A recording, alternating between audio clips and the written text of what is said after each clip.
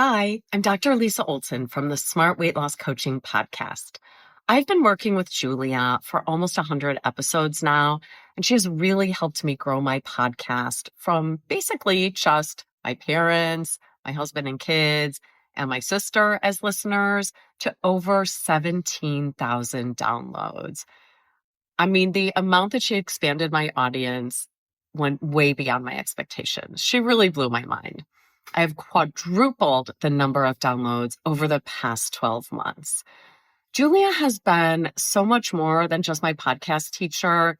She has been like a partner to me, really taking an interest in my program and helping me more than I ever could have asked for. I highly recommend Julia. How amazing is that? I am so grateful that Dr. Lisa shared her experience. And if her story resonated with you and you're thinking, wait, I want results like that too, that is exactly what we're doing inside the Podcast Growth Collective. It's the place for online business owners who want to turn podcasting into a powerful growth tool without the burnout and without guessing what to fix. If you're ready to stop spinning your wheels and finally start seeing results from your podcast, I would love to support you. Head to thepodcastteacher.com/collective to learn more and to join us. And now let's jump into today's episode.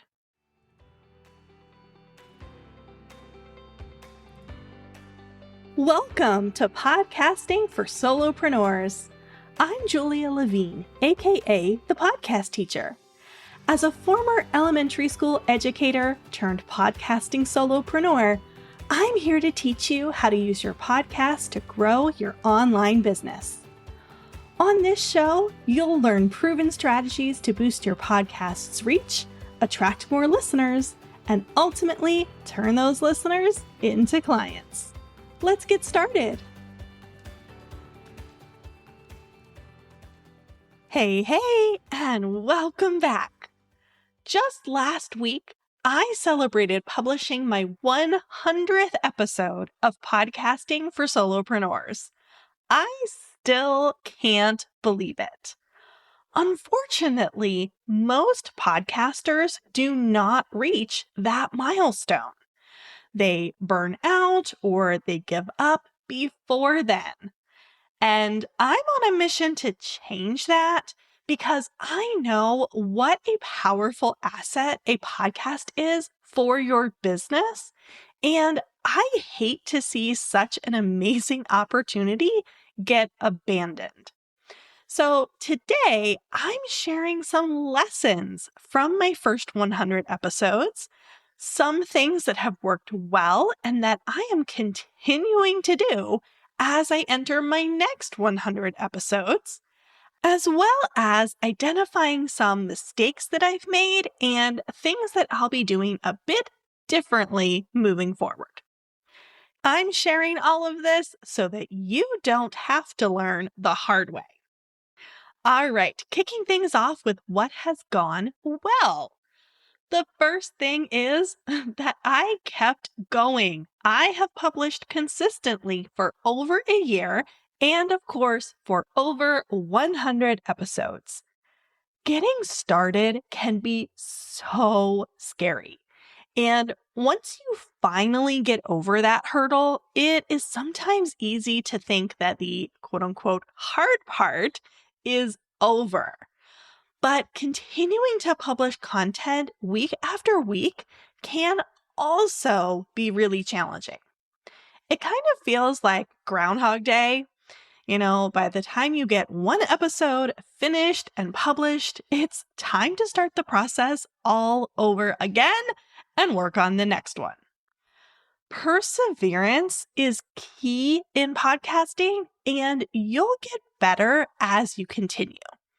You'll get more comfortable and more confident, and your podcast will get better and better. So if I have one piece of advice for you, it is to keep going. Tweak, experiment, try different things, but just keep going.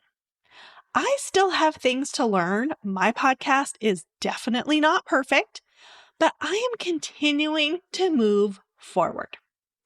That leads us into the second thing that's working, which is continuing to refine my ideal listener over time.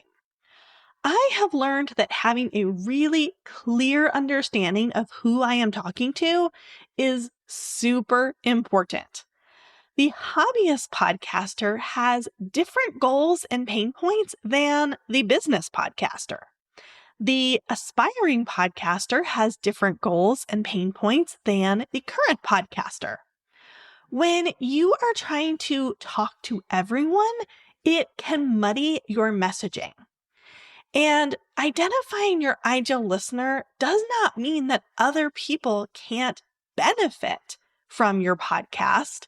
So just because I'm here talking to solopreneurs does not mean that hobbyists are not going to get valuable information.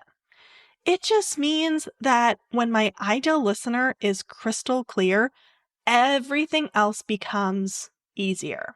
So my episode topics, my messaging, my calls to action, etc., everything that drives to one ideal listener, speaking to one person's specific struggles and goals, is going to make my content feel personal and relevant. At least I hope it does.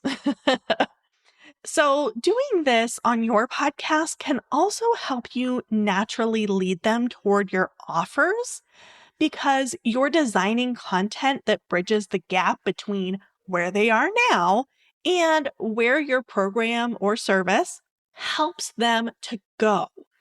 Without that clarity, your podcast can become too general, and general content rarely converts.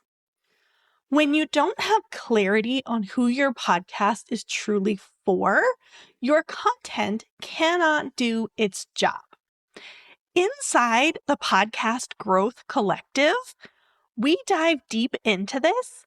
You'll get support in defining and refining your ideal listener so that your episodes actually lead people toward working with you.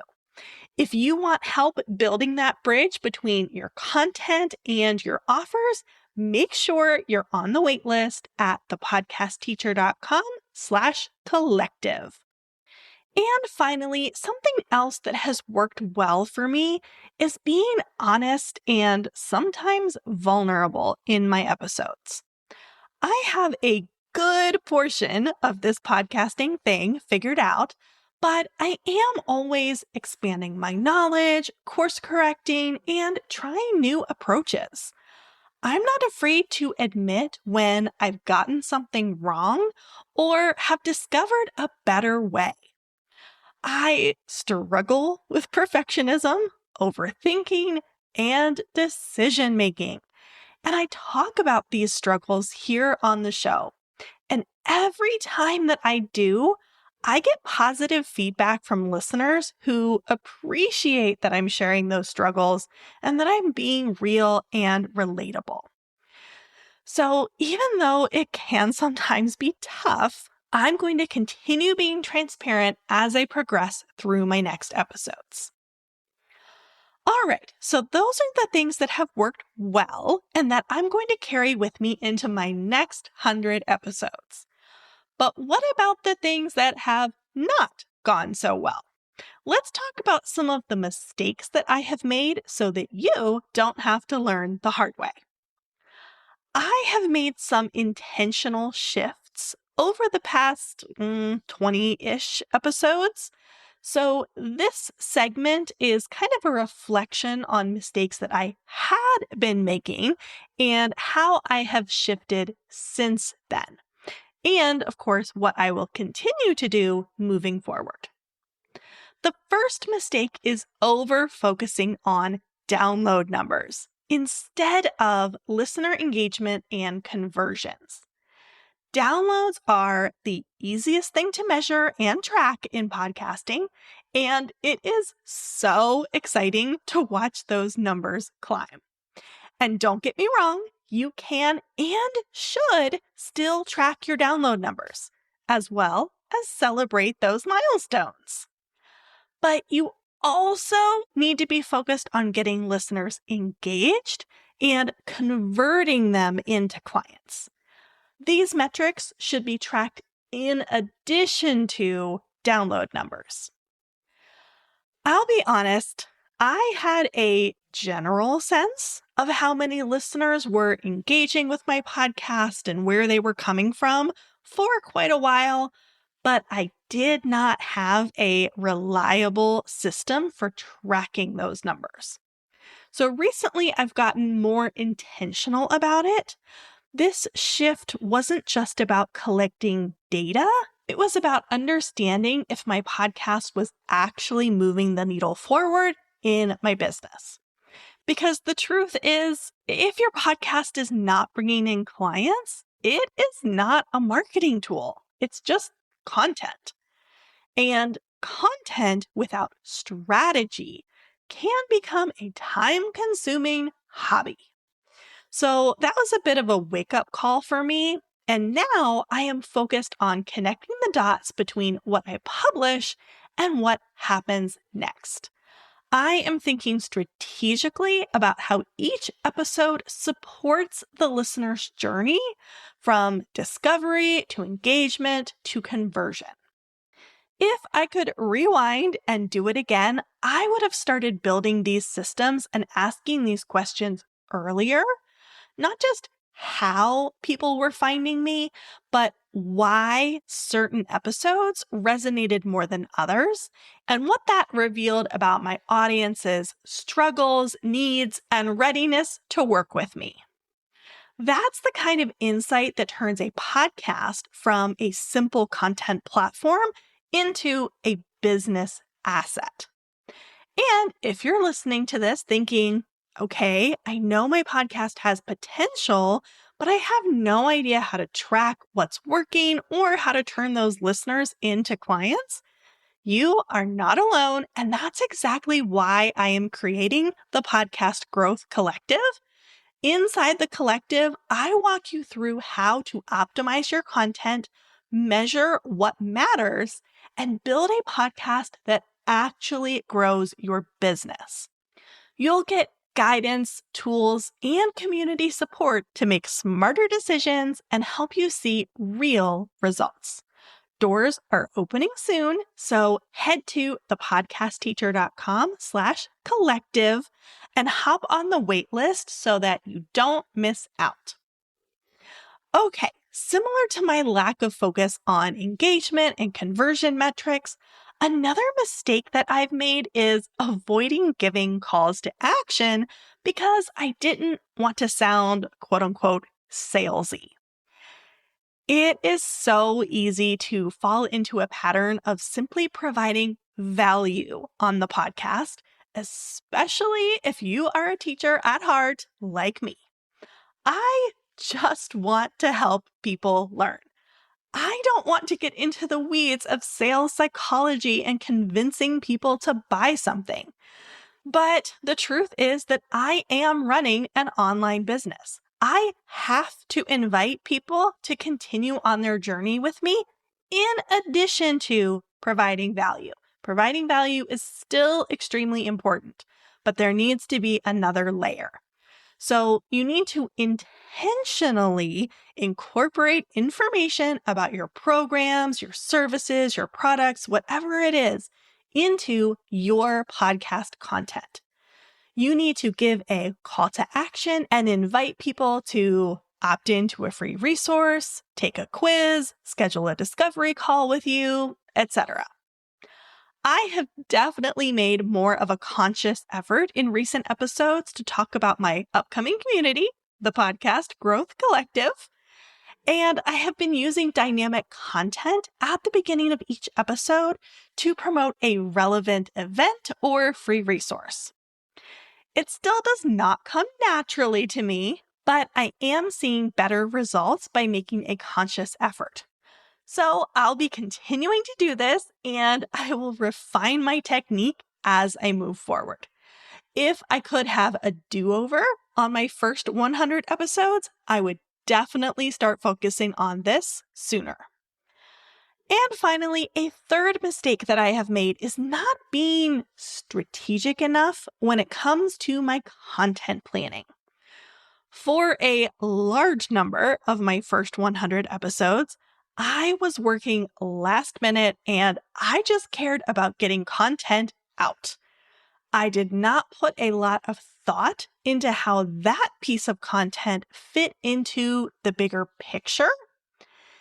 If you have been a listener for a few months, you may recall my changes for 2025 episode at the beginning of the year, and that one of my big goals was to be really intentional about my recording schedule, specifically getting episodes recorded in advance so that I am not sitting down to work on an episode an hour before it is supposed to publish.